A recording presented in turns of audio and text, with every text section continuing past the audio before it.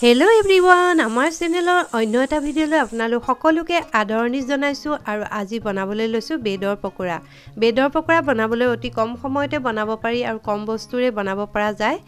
আমি চাহৰ লগত যিকোনো চচ চাটনিৰ লগত বা ল'ৰা ছোৱালীৰ টিফিনত বা আলহী অতিথি আহিলেও অতি সোনকালে বনাই দিব পাৰো আৰু এয়া বেডৰ পকোৰাখিনি দেখিয়ে গম পাইছে চাগৈ খাবলৈ যে কেনেকুৱা হ'ব আৰু ইয়াৰ সাউণ্ডটো শুনিয়ে গম পাব এয়া কিমান যে ধুনিয়া হৈছে। আহকচোন এতিয়া আৰম্ভ কৰো বেডৰ পকোৰা বনাবলৈ। এটা বউল লৈ লৈছো, তাত অলপমান এয়া বেচন বাকি ললো বাটিটোত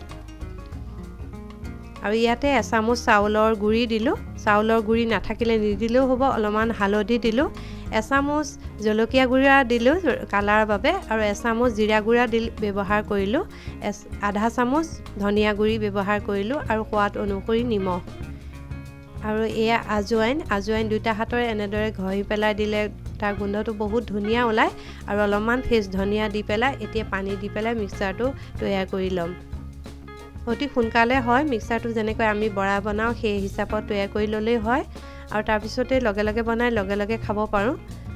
সদায় বনাই থকা হয় কিন্তু আপোনালোকলৈ ভিডিঅ'হে আগবঢ়োৱা নহয়। আজি ভাবিলোঁ যেতিয়া অকণমান সময় মই ফ্ৰী আছোঁ আৰু সন্ধিয়া সময়ত বনাইছোঁ যেতিয়া আপোনালোকলৈও ভিডিঅ' আকাৰে মই আগবঢ়াওঁ।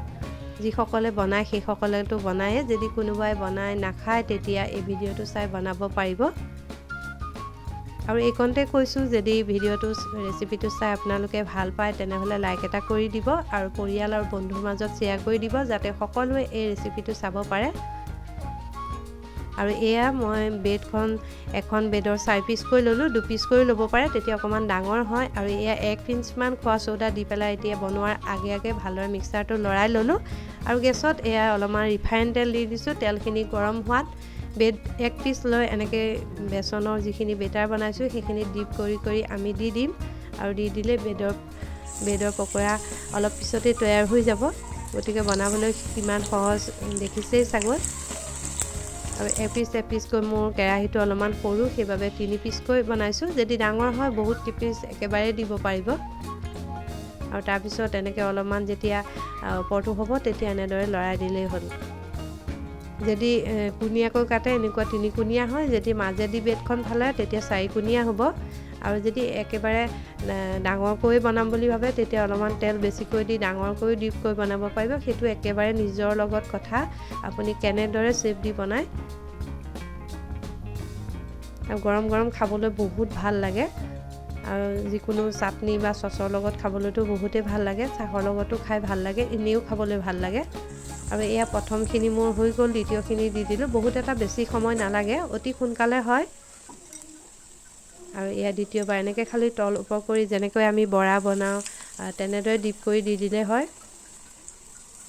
আপোনালোকে বাৰু এনেদৰে বেডৰ পকোৰা বনাই খায়নে? বেডৰ পকোৰা যেতিয়া আমি বনাওঁ তেতিয়া আলু ব্যৱহাৰ কৰোঁ, কিন্তু আলু ব্যৱহাৰ নকৰাকৈও কেনেদৰে ইনষ্টেণ্ট বনাই খাব পাৰোঁ তাকে এই ভিডিঅ'টোৰ মাজেদি মই আজি দেখুৱাবলৈ বিচাৰিলোঁ।